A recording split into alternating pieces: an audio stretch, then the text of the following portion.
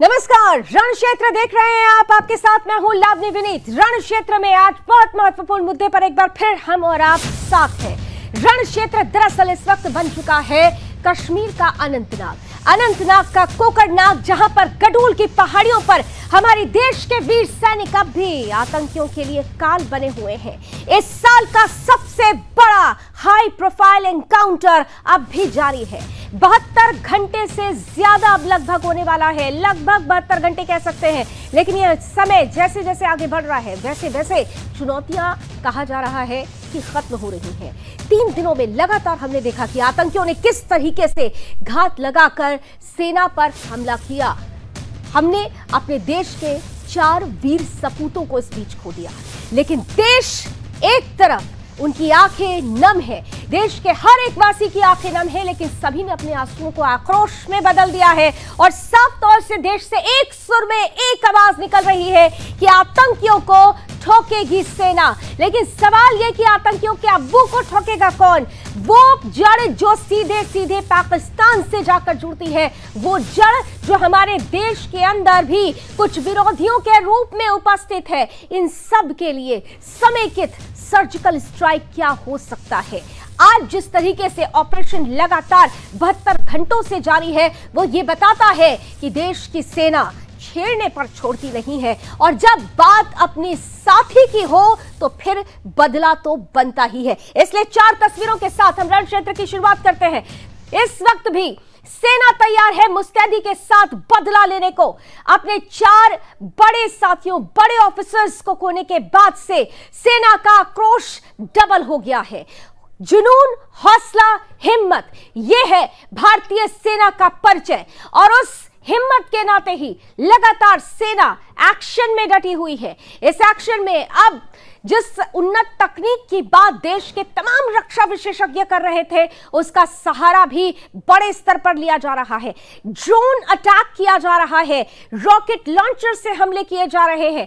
सेना ने पूरी तरह से जो एस्केप रूट है आतंकियों के भागने का, उसे पूरे तरह से सैबोटाइज कर दिया है।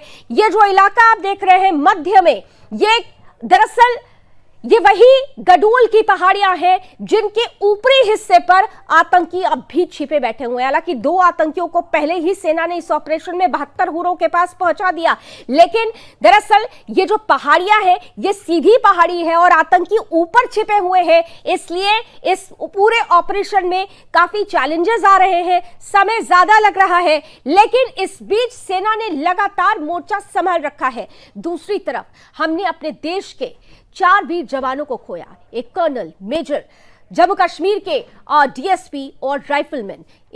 इनके शव जब घर पहुंचते हैं, इन बलिदानियों की जय जयकार से पूरा देश गूंज उठता है और पूरा देश एक सुर में कह रहा है कि ये बलिदान व्यर्थ नहीं जाना चाहिए, इसलिए बदला भी पूरा लेना चाहिए। देश कह रहा है कि केवल इस जो हिस्सा है यहां पर छिपे हुए आतंकी हैं, उनको ही खत्म नहीं करना है, क्योंकि पेड़ की ये टहनियां हैं, पत्तियां हैं, जिनको केवल खत्म करने से बात नहीं चलेगी। खत्म करना होगा आतंक की जड़ को, जो जाकर जुड़ती है पाकिस्तान से। उस जड़ पर किस तरह से एक और सर्जिकल स्ट्राइक की जरूरत पड़ गई है, ये बात लगातार देश के कोने कोने से, हर एक हिस्से से उठ रही है। और इन सब के बीच क्योंकि जनरल रिएक्शंस भी आ रहे हैं, सरकार भी पूरी तरह से एक्टिव नजर आ रही है। क्या कुछ तैयारियां की जा रही है, सरकार ने क्या सोचा है, और जिस तरह से हमने अपने सेना के वीर सपूतों को खोया है, उन परिवारों के साथ सरकार किस तरह से खड़ी हुई है, आइए चंद जनरल रिएक्शंस देखते हैं और फिर आगे बढ़ते हैं। देखिए, बहुत दुखद घटना भी है, लेकिन मैं इतना ही कहूंगा, मुंह तोड़ जवाब भी दिया जाएगा। और ये जो हुआ है ये दुर्भाग्यपूर्ण भी है। और जिस तरह से जम्मू कश्मीर में धारा 370-35 से कांग्रेस की देन, पंडित नेहरू की देन, जिसके कारण 40,000 लोगों की अब तक वहां पे मृत्यु हुई। एक आतंकवाद का ऐसा जहर वहां पर घोला गया था, सीमा पार से पाकिस्तान के द्वारा जो घुसपैठ होती थी, उसके खिलाफ कड़ी कार्रवाई पिछले 9 सालों में हुई है। रिकॉर्ड आतंकवादियों को मारा भी गया है और इस आतंकवादी हमले की भी करारा जवाब दिया जाएगा। जहां तक फारूक अब्दुल्ला और बाकी नेताओं का सवाल है, उन्होंने भी पाकिस्तान से बातचीत की पेशकश की है। मुझे दुख केवल इस बात का है कि हजारों बार हिंदुस्तान ने कहा है talks and terror can never move together. उसके बावजूद जब शहादत चल रही हो, जब वीर जवानों की अंतिम यात्रा चल रही हो, उस समय इस प्रकार की, मैं कहूंगा, इस प्रकार के स्टेटमेंट कहे जाएं, ये न केवल अनुचित है अपितु ये दुखद है। हिंदुस्तान इसका जवाब देगा। इस पे कोई बात मैं नहीं कह सकती। एक माँ बाप का जवान बेटा इस तरह शहीद हो गया तो उनके लिए क्या रहा, उनकी तो दुनिया खत्म हो गई ना। अब इस पे हम क्या करेंगे, कितनी बार बोलेंगे, मजम्मत करते हैं, कंडेम को, उससे तो वो वापस नहीं आएगा। वो इतना 1 साल भी उसकी शादी को नहीं हो गया था और इस तरह गोलियों का शिकार हो गया। ये तो हमारी बदकिस्मती है जम्मू कश्मीर की। It's a very sad occasion and both the officers, Manpreet and Ashish, they were from my regiment only, and it's a big loss to the regiment and to the army. And so, I mean, naturally, I'm also feeling sad being from the same family. It's a big loss. वाकई ये एक बहुत बड़ा नुकसान है। जिस तरीके से सेना के बड़े ऑफिसर्स बलिदान हुए हैं, ये बलिदान व्यर्थ नहीं जाना चाहिए और इसीलिए देश के कोने कोने से सिर्फ एक आवाज उठ रही है कि बदला लेने का वक्त आ गया है। एक बार फिर से पाकिस्तान को और उसमें पनाह लेने वाले आतंकियों को उनकी औकात दिखाने का वक्त आ गया है। आतंकियों को सेना ठोक रही है। इस वक्त भी जब हम यहाँ स्टूडियो से इस पूरे मसले की लाइव तस्वीरें, लाइव एनालिसिस आपके बीच रख रहे हैं, वहां गुडल की पहाड़ियों पर कोकरनाग में खास तौर से लाइव एनकाउंटर चल रहा है। सेना ने मोर्चा संभाल रखा है और वहां की परिस्थिति को जानने समझने के लिए क्या हालात है, लेटेस्ट अपडेट के साथ मेरे सहयोगी जुड़ेंगे। लेकिन उससे पहले, थोड़ी देर पहले उस इलाके में ग्राउंड पर ही मेरे सहयोगी रोहिल बशीर की उपस्थिति थी। रोहिल ने किस तरह से इस बड़े ऑपरेशन को सुदर्शन के कैमरे में कैद किया है, आइए जरा जल्दी से देख लेते हैं। 60 घंटे का समय बीत चुका है। अभी भी दक्षिण कश्मीर के अनंतनाग के कोकरनाग क्षेत्र में एनकाउंटर जारी है। फिलहाल इस एनकाउंटर की बात करें, अभी तक भारतीय सेना के 2 अधिकारी, जम्मू कश्मीर पुलिस का डीएसपी और भारतीय सेना का 1 जवान फिलहाल इस एनकाउंटर में शहीद हो चुके हैं। आपको बता दूं कि आज तीसरे रोज़ भी एनकाउंटर जारी है और यही जल्द से जल्द सुनिश्चित करने की कोशिश की जा रही है कि इस जंगल वाले इलाके में कितने आतंकी छुपे हुए हैं और सभी आतंकियों को जल्द से जल्द ढूंढ निकालने की कोशिश की जा रही है ताकि उनको आने वाले समय में ही न्यूट्रलाइज किया जाए। आपको बताना चाहूँगा कि सिक्योरिटी फोर्स के साथ साथ जम्मू कश्मीर पुलिस, सीआरपीएफ और सेना के साथ साथ जो पैरामिलिट्री फोर्सेस है या इंडियन आर्मी के जो पैरा कमांडोज हैं, उनको भी फिलहाल इस जंगल वाले इलाके में तैनात किया गया है ताकि इस ऑपरेशन में कोई बड़ी कामयाबी जो है सिक्योरिटी फोर्सेस को हासिल हो। आपको बता दूं कि दक्षिण कश्मीर के कोकरनाग का रहने वाला उजैर, जो कि A+ कैटेगरी का आतंकी बताया जा रहा है, उसके साथ 2 और आतंकी जो कि विदेशी आतंकी बताया जा रहा है, वही इस जंगल वाले इलाके में छुपे हुए हैं। फिलहाल सुरक्षा बल के जवानों का सबसे बड़ी प्रायोरिटी ये है कि बिना किसी कोलैटरल डैमेज के इस ऑपरेशन को अब आने वाले समय में अंजाम दिया जाए। रोहिल बशीर, सुदर्शन न्यूज़, दक्षिण कश्मीर, कोकरनाग। बिना किसी कोलेट्रल डैमेज के इस ऑपरेशन को अंजाम दिया जाए। 22 साल का उजैर खान है जो इसका मास्टरमाइंड बताया जा रहा है। उजैर इन्हीं पहाड़ियों में, गडूल की इन्हीं पहाड़ियों में छिपा हुआ है। इसके साथ 2 विदेशी और आतंकी जो पाकिस्तान से संपर्क में लगातार थे, उनकी मौजूदगी इन पहाड़ियों पर है। स्केप रूट खासतौर से पीर पंजाब का कहा जा रहा था, लेकिन उस जगह पे भी जो खबर आ रही है उसके अनुसार सेना ने उस पूरी जगह को कोऑर्डिनेट ऑफ करते हुए इस पूरे इलाके को घेर लिया है। यानी पूरे के पूरे गडूल पहाड़ी को सेना ने घेर लिया है और अब सही समय पर सही वार करना है। लेकिन ये वार 72 घंटों की ये बड़ी चुनौती क्यों सामने आई? आखिर क्या वजह रही है कि ये जो ऑपरेशन है ये इतने बड़े स्तर पर पूरे 3 दिनों से लगातार जारी है? ऑपरेशन में क्यों देरी लग रही है, हम आपको चंद बातें बताते हैं। दरअसल ये जो कोकरनाग का गडूल है वो चारों ओर घने जंगलों से घिरा हुआ है। ये जंगल ही है जिनमें छिपे होने की आतंकियों की संभावना ज्यादा बढ़ गई थी और इसके साथ ही साथ जंगलों की वजह से आतंकियों को लगातार मदद मिल रही, जो लॉजिस्टिक सपोर्ट है वो लगातार, क्योंकि घनी पहाड़ियां हैं, जंगल है, इस जंगल में वहां से जो लोकल सपोर्ट है बहुत इजीली इन आतंकियों को मिल जा रहा है, इसलिए ऑपरेशन में काफी देरी हुई है। लेकिन अब धीरे धीरे ये ऑपरेशन तेजी पकड़ रहा है। गडूल की पहाड़ियों में ही आतंकी छिपे हुए हैं।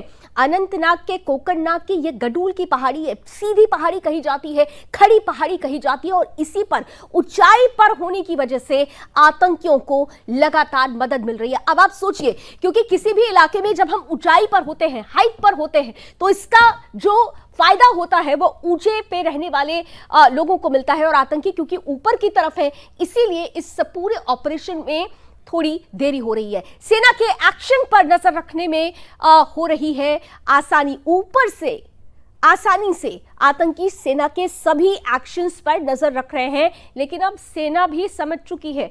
वो जिस स्ट्रैटेजी से कहते हैं ना कि वो 2 कदम चल रहे हैं, तो हम 10 कदम से आगे बढ़ रहे हैं। गडूल की पहाड़ी दरअसल आपको बता दें 4000 से 5000 फीट ऊंची है। इतनी ऊंचाई, और इस ऊंचाई पर आतंकियों का छिपा होना और इतने बड़े ऑपरेशन को नीचे से अंजाम देना, चुनौतियां बहुत है, और यही वजह है कि ऑपरेशन में देरी लग रही है। हमने दरअसल क्या किया, ये जो कोकरनाग का गडूल इलाका है, इसको हम गूगल अर्थ के जरिए समझने की कोशिश करते हैं। आप देखिए, गूगल अर्थ पर अगर आप चले जाइए, देखिए हम इसे आपको पूरे इलाके को समझाने की कोशिश करेंगे। पहले पूरा भारत का नक्शा आ रहा है।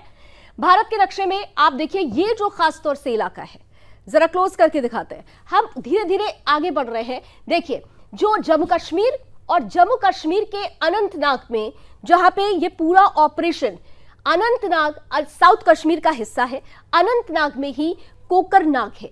कोकरनाग की जो गडूल की पहाड़ियां, आप देखिए, आप जरा ध्यान से देखने की कोशिश कीजिए। ये जो पूरा इलाका है, ये जो ऊंची पहाड़ी है, ये जंगलों से घिरी हुई, ये पूरा जो ग्रीन बेल्ट आप देख रहे हैं, ये पूरे फॉरेस्ट है। और क्योंकि ये पूरी तरीके से जंगलों से घिरा हुआ है, इसी वजह से इस पूरे ऑपरेशन में कुछ चुनौतियां आ रही हैं। पहाड़ी को जरा आप देखिए, ये खड़ी पहाड़ी है। गूगल अर्थ पे अगर आप जाएंगे तो इस पूरे हिस्से को आसानी से समझा जा सकता है। ये खड़ी पहाड़ी, यहां पर आतंकियों के छिपे होने की संभावना, और ये पूरा जो बेल्ट है, ग्रीन बेल्ट, इस बेल्ट की वजह से, जो फॉरेस्ट का बेल्ट है, इसकी वजह से चुनौतियां हैं। नीचे के साइड पर आ जाते हैं तो इधर सेना की उपस्थिति है, यानी यहां हाइट पर आतंकी, यहां पर सेना। आप समझ सकते हैं चुनौती बड़ी है, लेकिन इस चुनौती पर पार पाने के लिए पूरी तरह से मुस्तैदी के साथ सेना डटी हुई है, जुटी हुई है। गडूल का ये वही इलाका है, ये वही पहाड़ियां हैं, 4000 से 5000 फीट ऊंची ये पहाड़ियां हैं, जहां पर इस वक्त भी सेना ने मोर्चा संभाल रखा है और ठान लिया है कि छेड़ने पर छोड़ने वाले नहीं हैं। इन पहाड़ियों के साथ ही आइए अब आज के इस पूरे ऑपरेशन को एनालाइज करते हैं। मेरे साथ इस वक्त रण क्षेत्र में आज का खास पैनल जुड़ चुका है। स्वागत करते हैं, स्क्रीन पर लेकर आइए। हमारे साथ इस वक्त जुड़ रहे हैं जाने माने देश के रक्षा विशेषज्ञ हैं, रिटायर्ड मेजर जनरल पीके सहगल साहब। बहुत बहुत स्वागत है सर, जय हिंद। हमारे साथ इस वक्त आज इस पैनल का हिस्सा है वीर चक्र प्राप्त रिटायर्ड कर्नल टीपीएस त्यागी सर, जय हिंद सर, बहुत बहुत स्वागत।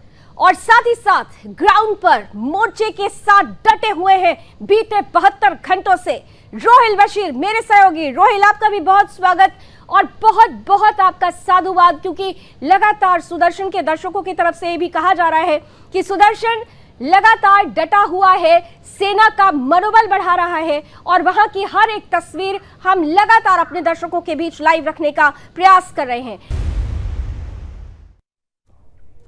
तो इस साल का सबसे बड़ा ऑपरेशन अब भी गडूल की पहाड़ियों पर जारी है। आतंकियों को 72 हुरों तक पहुंचाने के लिए सेना ने जो प्रण ले रखा है, उसकी प्रतिबद्धता पर अब भी वो डटे हुए हैं। समय देख लीजिए, शाम हो रही है, हम और आप घर पे बैठकर शायद चाय की कप उठाकर आनंद ले रहे हैं शाम का, लेकिन इस वक्त भी हमारे देश का प्रहरी डटा हुआ है हमें सुरक्षित रखने के लिए, और इसीलिए हमारा भी फर्ज बनता है कि हर पल, हर क्षण, हर मोर्चे पर हम अपनी देश की सेना के साथ रहें, उनका मनोबल बढ़ाते रहें। रोहिल बशीर के पास सबसे पहले चलते हैं, जरा ताजा अपडेट रोहिल से लेना चाहेंगे।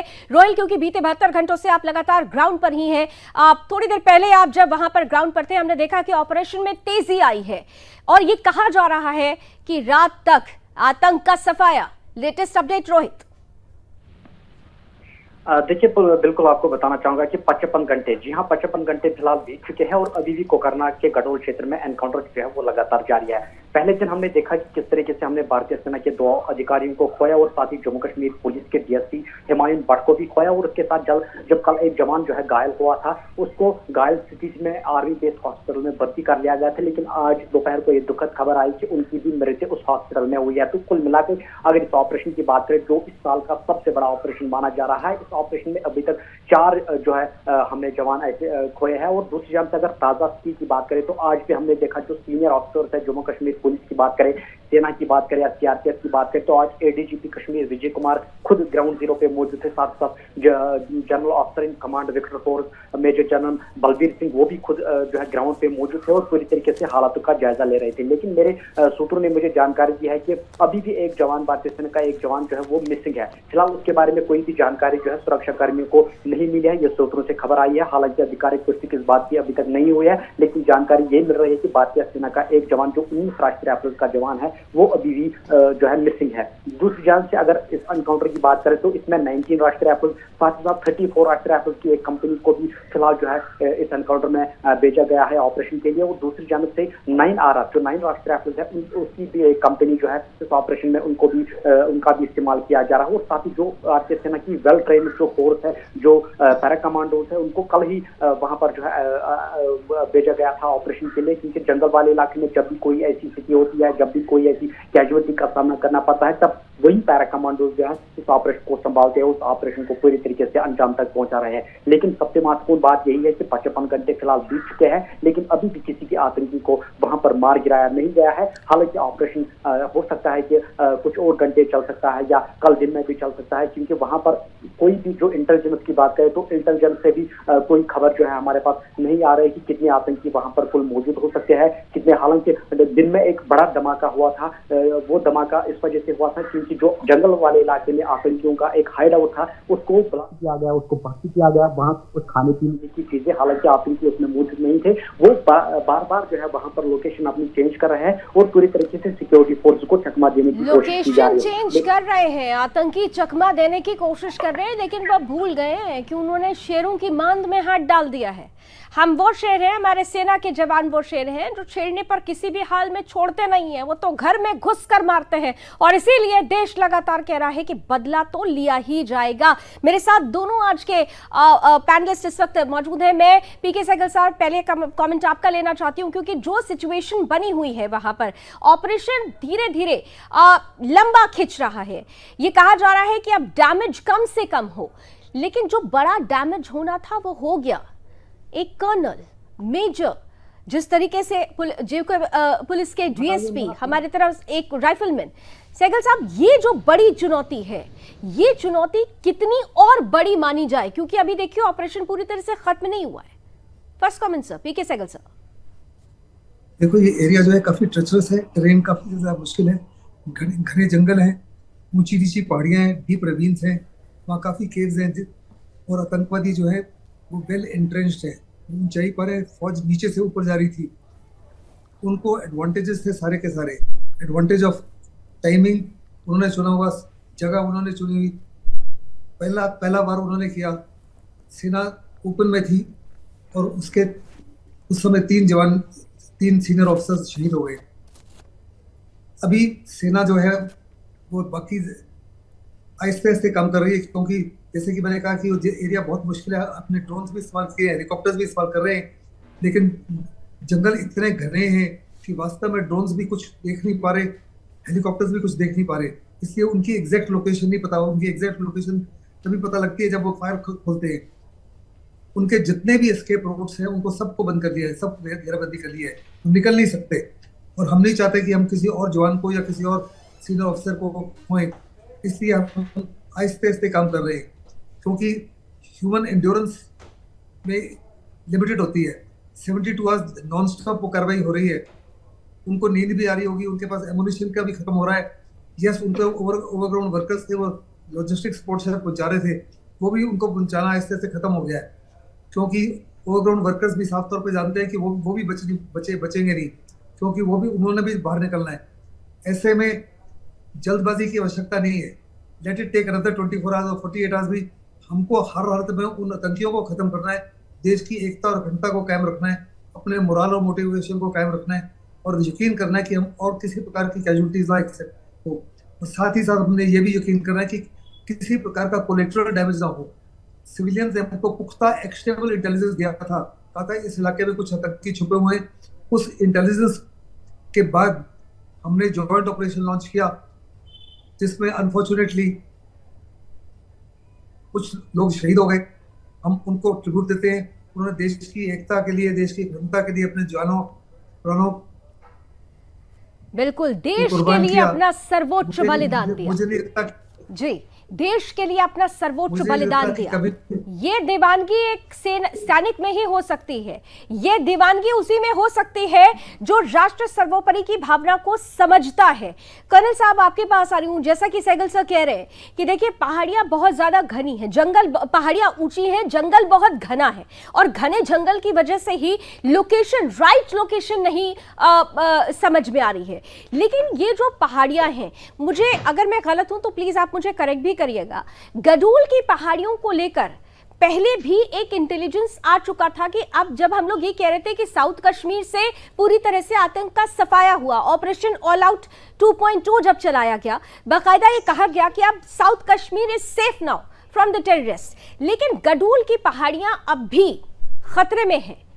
इसी का फायदा आज आतंकी उठा रहे हैं और देखिए ये ऑपरेशन इतना लंबा खिंच रहा है। इस पूरे एरिया, इस पूरे लोकेशन की चुनौतियों को आप किस तरह से देखते हैं?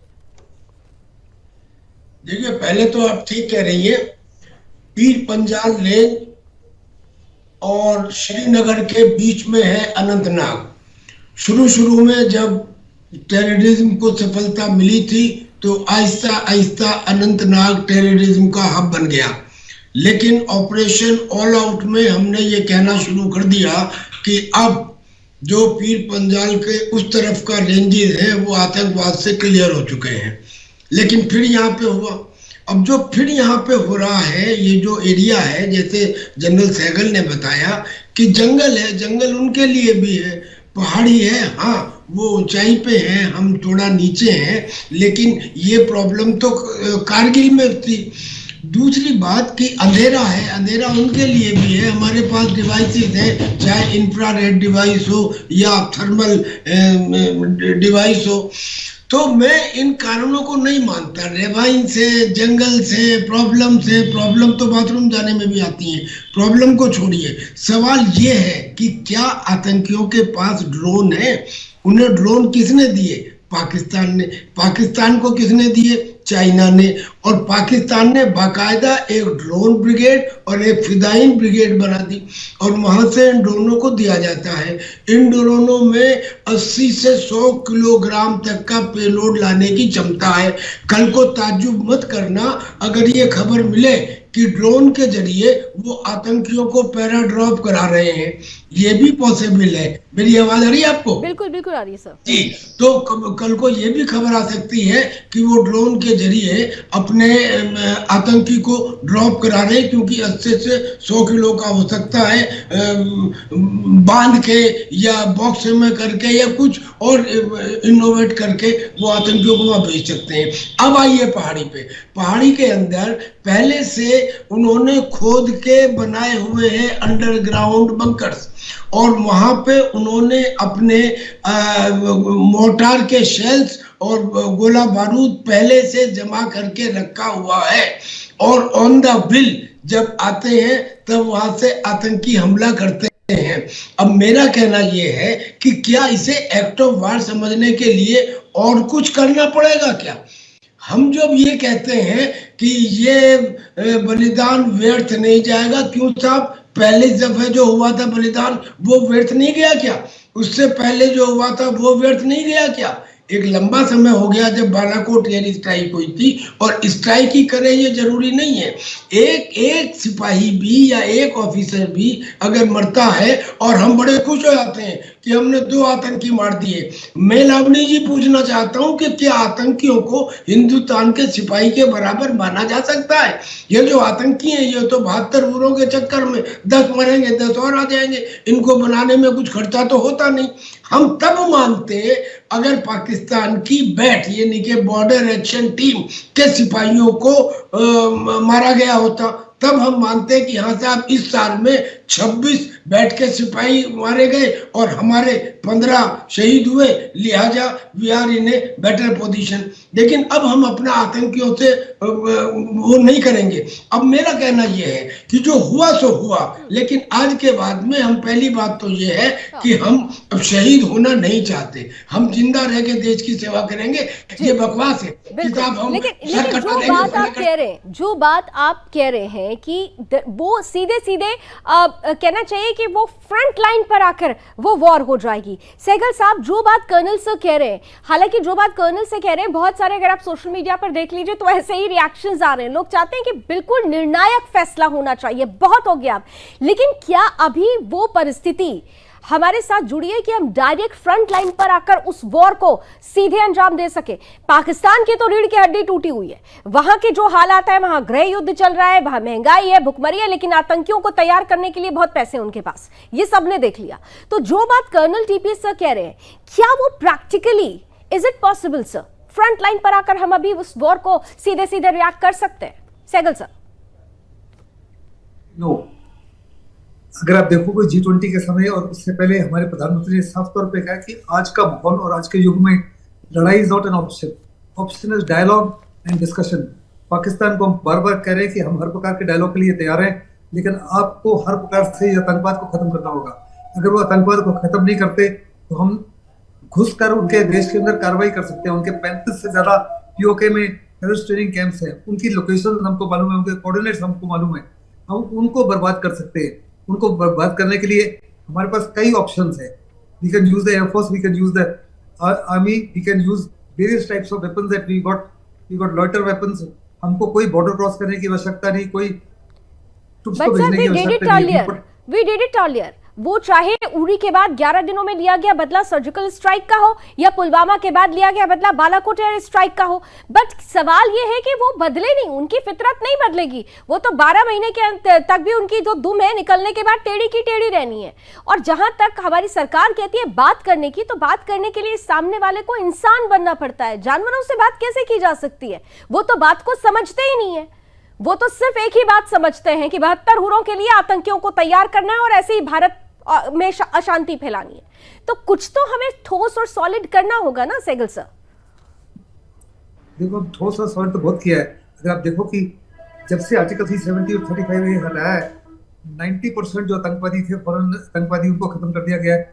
जो इंडिजिनस आतंकवादी भी थे उनको भी बड़े पैमाने पर खत्म कर दिया है। पिछले 3-4 साल में आतंकवादी की घटनाएं बहुत छुट रहे, बहुत कम है। पिछले साल लगभग इसी समय तक 122 से 125 एनकाउंटर हो चुके थे। इस साल तकरीबन ओनली अबाउट 30 ऑर्डर हुए हैं, और हर एनकाउंटर में बाय एंड लार्ज कोई भी जीरो कोलैटरल डैमेज हुआ है।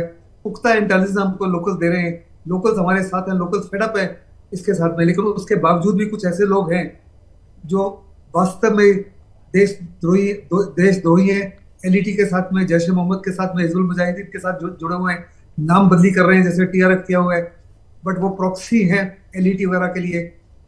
पाकिस्तान की तरफ से, चाइना की तरफ से हर प्रकार की उनको सप्लाई मिलता रहता है, एमुनिशन मिलता रहता है, पैसा मिलता रहता है, लॉजिस्टिक सपोर्ट मिलता रहता है, बाकी तरह की सहायता मिलती रहती है। लेकिन हम इतने ज्यादा अभी होशियार हैं कि पाकिस्तान ने जबरदस्त कोशिश की कि G20 में, जब श्रीनगर में मिनिस्ट्रियल मीट थी, कि किसी ना किसी तरीके से हादसों को अंजाम दिया जाए। सक्सेसफुल नहीं हुए। 60 दिन तक अमरनाथ यात्रा हुई, किसी प्रकार का हादसा को अंजाम नहीं दे सका। ये वन ऑफ इंसिडेंट है। बड़े अफसोस की बात है कि कुछ हमारे सीनियर लोग मारे गए, लेकिन 100% आतंकवाद को खत्म किया जाएगा, इसमें किसी प्रकार की कोई शक नहीं। एक समय था जब फॉरेन, इसमें किसी प्रकार का शक नहीं है कि भारतीय सेना सिर्फ कहती है कि इंतजार में है, हरी झंडी दिखाइए, हम तैयार हैं, हम सिर्फ इशारे का इंतजार कर रहे हैं। लेकिन कर्नल साहब, सहगल सर जो बात कह रहे हैं, कर्नल सर आप जरा समझाइएगा कि जो सिचुएशन बनी हुई है, उस सिचुएशन में G20 का सफल आयोजन हुआ, जिस तरीके की हमारी मुस्तैदी थी वो हमने देख लिया, अमरनाथ यात्रा के दौरान पे भी हमने मुस्तैदी देख ली, लेकिन जिस सतत रिएक्शन की हम बात कर रहे हैं। हम किसी एक टाइम पर तो बहुत तरीके से एक्टिव हो जाते हैं, लेकिन कुछ टाइम के लिए ऑफेंसिव हो जाते हैं, लेकिन फिर हम डिफेंसिव मोड में आ जाते हैं। पाकिस्तान के लिए तो इट्स नीडेड कि हम हर वक्त हर पल ऑफेंसिव मोड में रहें। पहले हम रिएक्ट करें, फिर हम एक्शन का इंतजार करें। मुझे लगता है कि अगर इस परिस्थिति में हम आ जाएं तो शायद पाकिस्तान को ज्यादा बेहतर सबक सिखा सकेंगे।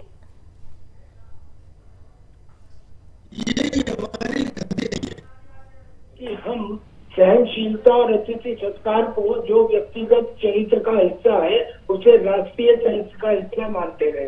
मैं आपके चैनल पे पहले भी कह चुका हूँ कि अगर पृथ्वीराज चौहान ने पहली बार में मोहम्मद गौरी को माफ ना किया होता तो आज इतिहास दूसरा होता। लिहाजा एक बात तो ये समझ लीजिए कि पाकिस्तान के साथ डील करने में अब हमें किसी तरह का कोई सहनशीलता या करुणा दया क्षमा नहीं। जिस भाषा में वो बात करता है वही भाषा में हमें भी उसके साथ बात करनी है, नंबर 1। अब दूसरी बात किससे करें? जो लोग कहते हैं ये 5% की वोट पे बना हुआ member of parliament Shri Farooq Abdullah ji कहते हैं कि बात करिए। बात किससे करें बताइए? कोई है वो प्राइम मिनिस्टर, कोई है वहां पे फौज, या कोई तो एक ऐसा आदमी बताइए जो पूरे पाकिस्तान को रिप्रेजेंट कर सकता हो जिससे बात करें। और फिर तीसरी बात क्यों करें? बात करें तब जब वो अपने इस किस्म के कामों को छोड़े। लेकिन अब इनको छोड़ दीजिए। शिकायत तो कमजोर आदमी करते हैं, हम कमजोर नहीं है। मैं तो ये बताना चाहता हूं कि हमें खुद क्या करना है। पहला काम तो ये कि यूनिफाइड कमांड करें। सोच के देखिए, यहाँ पे जनरल सहगल साहब बैठे हैं।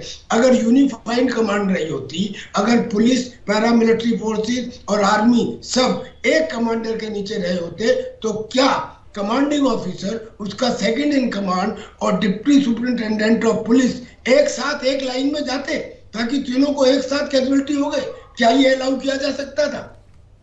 लिहाजा अब दूसरा, बहुत अच्छा कोऑर्डिनेशन है, मैं भी मानता हूँ बहुत अच्छा कोऑर्डिनेशन है, लेकिन कोऑर्डिनेशन में का रिएक्शन टाइम ज्यादा होता है as compare to the reaction time of a unified command. तो first request is unified command. One more, intelligence. क्या ये सच नहीं है कि पिछले 2 साल के अंदर 150 आतंकियों को या तो उन्होंने सरेंडर किया या उन्होंने अरेस्ट किया है? एक आतंकी मेरी फौज में, मेरी बटालियन में पकड़ा जाता था, उससे 40 राज उगलवा लेते थे।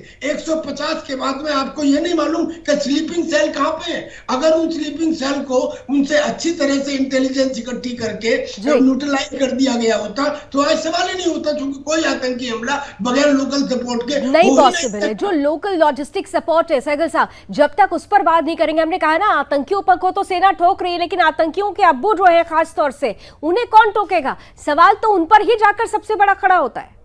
पीके सहगल सर, देखो हमारी जो सिविल एडमिनिस्ट्रेशन है, एलजी वगैरह है और जेके पुलिस है, वो जो वर्कर्स हैं जो उनको शेयर देते हैं, जो उनको लॉजिस्टिक्स सपोर्ट देते हैं, जो उनके बदले रिकॉर्डेंस करते हैं, सर्विलेंस करते हैं, उनको हर प्रकार का खलियान पहुंचाते हैं, उनके ऊपर भी कड़ी नजर रख रहे हैं। उनको किसी को बख्शा नहीं जा रहा। बड़े सारे गवर्नमेंट ऑफिशियल्स हैं जो गवर्नमेंट के अंदर काम कर रहे हैं, जो वास्तव में आतंकवादियों के साथ मिले हुए थे, उनको पहचाना जा रहा है, उनको डिस्मिस किया जा रहा है, उनके खिलाफ कार्रवाई की जा रही है। इन तमाम चीजों के लिए ये कई सालों से गवर्नमेंट के साथ जुड़े हुए थे, उनको पकड़ना, उनको पता लगाना काफी से ज्यादा मुश्किल है, लेकिन आहिस्ते से पता लगाया जा रहा है और उनके खिलाफ कार्रवाई की जा रही है। मुझे पक्का यकीन है कि हमारी लीडरशिप डिसाइसिव है, लीडरशिप जो है फोकस्ड है। सेना के जो सीनियर कमांडर्स है, थिएटर कमांडर्स वगैरह सब समझते हैं उनको क्या करना है, कब करना है, किस समय करना है, कैसे करना है, तो सब समझते हैं। उनको किसी प्रकार की आवश्यकता हमारे मीडियम के माध्यम से या वेटरन्स के माध्यम से नहीं चाहिए। They know what to do, when to do and how to do it. मुझे पक्का यकीन है कि वो सोच समझकर संयम के साथ कार्रवाई करेंगे व्हेनेवर नीडेड। संयम के साथ कार्रवाई हो सर, लेकिन कार्रवाई ठोस हो, ये नहीं होगी। इस बार ये ऑपरेशन खत्म हुआ, कुछ दिनों के बाद हम फिर किसी ऑपरेशन की चर्चा कर रहे हैं और हम अपने देश की ही सेना के वीर सपूतों के बलिदान पर हम उन्हें श्रद्धांजलि दे रहे हैं। ऐसा कर करके ये देश थक चुका है, इसीलिए बार बार कहा जाता है कि एक निर्णायक फैसला होना चाहिए। मैं आप दोनों के पास आऊं, उससे पहले रोहिल बहुत देर से हमारे साथ ग्राउंड से जुड़े हुए हैं। रोहिल, उजैर खान, ये कहा जा रहा है कि बार बार अपने लोकेशन बदल रहा है। अभी बीच में ये भी खबर आई कि उजैर मारा गया है, इसे लेकर कोई आपके पास कोई जानकारी है? देखिए, उजैर के बारे में अगर मैं आपको बता दूं कि 28 साल जो है लड़का है जो सीआरएफ यानी कि टेररिस्ट संगठन है उसके साथ जुड़ा हुआ है। कैटेगरी का तरीके और उसके सर पे 10 लाख रुपए का इनाम था। और पिछली बार जो 2 ऑपरेशन, उन 2 ऑपरेशन में उजैर खान जो है बागेरे में काम करता रहा। लेकिन उजैर खान के बारे में यही आपको जानकारी दूं कि जिस इलाके में गडोल इलाके में एनकाउंटर चल रहा है, उससे ठीक अगला वाला जो इलाका है वही का रहने वाला है उजैर। उस वजह से इसको पूरी जानकारी है, पूरे इलाके की डेमोग्राफी है कि कहाँ से भागना है, किस सिचुएशन से वहां पर जो है फायरिंग करनी है। इन चीजों का पूरी तरीके से वो वाकिफ है कि जो स्थानीय है वो जितने भी रास्ते हैं एग्जिट और एंट्री पॉइंट उनको पूरी तरीके से पता है। लेकिन आज हमने देखा जिस प्रकार से भारतीय सेना आज जो है पहली बार नई टेक्नोलॉजी के जो वेपन है और नई टेक्नोलॉजी के उपकरण है उनका जिस तरीके से आज बाज़ाब्ता पहली बार कश्मीर घाटी में उनका इस्तेमाल किया गया, ऐसा लग रहा है कि आने वाले कुछ समय में ये खबर आएगी कि वहां पर भारतीय सेना ने बदला जो है पूरी तरीके से मुकम्मल कर लिया है। हो सकता है कि इस बात की जानकारी जो आने वाले समय में हो सकती है, जिस तरीके से भारतीय सेना सभी नई टेक्नोलॉजी के हथियार नई टेक्नोलॉजी के साथ, चाहे वो हेरॉन ड्रोन हो या फिर कॉप्टर्स हो, लगातार उनसे गडूल की पहाड़ियों पर छिपे हुए आतंकियों को पर वार किया जा रहा है। उन्हें पूरी तरीके से घेर लिया गया है चारों तरफ से। लेकिन जो बात हमारे दोनों वेटरन कह रहे थे, खासतौर से कर्नल साहब, जैसा कि ये उजैर खान के बारे में जो बातें आ रही है, 22 साल का एक लड़का, वो पूरी तरीके से इस इलाके को समझता है, जानता है, वो आतंकी जो इस पूरे के पूरे प्रकरण का मास्टरमाइंड कहा जा रहा है। उजैर तैयार हो जाता है, एक उजैर नहीं, अभी बहुत सारे ऐसे उजैर हैं जो साउथ कश्मीर में हैं। वो कितनी बड़ी चुनौती है, वहां तक क्यों नहीं पहुंच पा रही है हमारा intelligence department? Colonel TPS. Intelligence department के बारे में तो मैं कह ही रहा हूं कि ये कहते हैं कि हम दुश्मन के दिमाग में क्या चल रहा है उसका भी पता लगा लेते हैं, लेकिन इनकी क्षमता हमको कारगिल में दिखाई दे गई थी, गलवान में दिखाई दे गई थी और अब दिखाई दे गई। और इतने सारे आतंकियों को पकड़ने के बाद, उनके सरेंडर के बाद भी ये जानकारी हासिल नहीं कर पाए। लेकिन अगर इंटेलिजेंस, अच्छा दूसरी बात, ये जो इंटेलिजेंस के जिसके ऊपर हम यकीन करते हैं वो इंटरसेप्शन की इंटेलिजेंस है या वो इंटेलिजेंस है जो कॉमन आदमी रहते हैं। हमारे लिए भी इंटेलिजेंस जुटाने का काम करते हैं, दुश्मन के लिए भी काम करते हैं। असलियत में जिस इंटेलिजेंस की आवश्यकता है वो उस पुलिस वाले की आवश्यकता है जो आम आदमी के साथ हलवाई की दुकान पर जलेबी भी खाए और फिर उसके साथ शेयर भी करे वॉशरूम को। तो वहाँ की निकली हुई जो इंफॉर्मेशन है, यानी बहुत सारे अजीत डोभाल जी की जरूरत है। पाकिस्तान में जिन्होंने 5 साल बिता दिया, उनके जैसे बहुत सारे क्लोन्स की जरूरत है जो इस वक्त अगर कश्मीर में उनकी उपस्थिति होती है, और जैसा कि बार बार सेना के वेटरन्स कहते हैं कि जो रिटायर्ड ऑफिसर्स हैं उनको बॉर्डर पर बसा दिया जाए सो दैट वहां पर होने वाली हर एक परिस्थिति पर नजर आए। सर लास्ट 20 सेकंड्स मुझे समाप्त करना होगा, प्लीज लास्ट 20 सेकंड्स। बस मैं ये कहना चाह रहा हूं कि 60,000 सिपाही, can you hear me? Yes sir, जी सर, प्लीज कंटिन्यू। 60,000 सिपाही हर साल भरी जवानी में सेवानिवृत्त होते हैं, रिटायर होते हैं। हाँ। अगर उनको सरहदी इलाके में बसा दिया जाए थोड़ी बहुत कृषि की जमीन देके, तो मजाल है कि कोई ड्रग स्मगलिंग या आतंकी, तो मजाल है कि कोई घुसपैठ हो सके, कोई स्मगलिंग हो सके, कोई आतंकी हमारी तरफ निगाह उठा के देख सके। समय की कुछ सीमाएं हैं sir. Thank you so much, आप हम लोग हमारे साथ जुड़े, आपका भी बहुत बहुत धन्यवाद। सहगल साहब हमारे साथ हैं, उनका भी धन्यवाद। रोहिल भी मेरे साथ थे, लगातार बने हुए, उनका भी बहुत बहुत धन्यवाद। कुल मिलाकर आतंकियों का काल बन गई है सेना, क्योंकि जिस तरीके से आतंकियों ने हमला किया, हमारे देश के 4 वीर सपूत हमने खो दिए, इसके बाद से सेना की आंखें लहूलुहान है उस आक्रोश से जिसमें सिर्फ एक ही बात है कि बदला लेकर रहेंगे। वो चाहे देश की सीमा के अंदर छिपे हुए जयचंद और आतंकी हो या फिर पाकिस्तान में घुसकर अगर उस गढ़ में भी जाकर आतंकियों को 72 हुरों के पास पहुंचाने के लिए कदम उठाना पड़े तो उसके लिए भी सेना तैयार है। हम भी ये कहते हैं कि न्याय मिले और बदला जरूर लिया जाए, एक निर्णायक युद्ध हो, इसे उम्मीद के साथ अभी बस इतना ही। देश और दुनिया की तमाम खबरों के लिए आप जुड़े रहिए सुदर्शन के साथ। जय हिंद।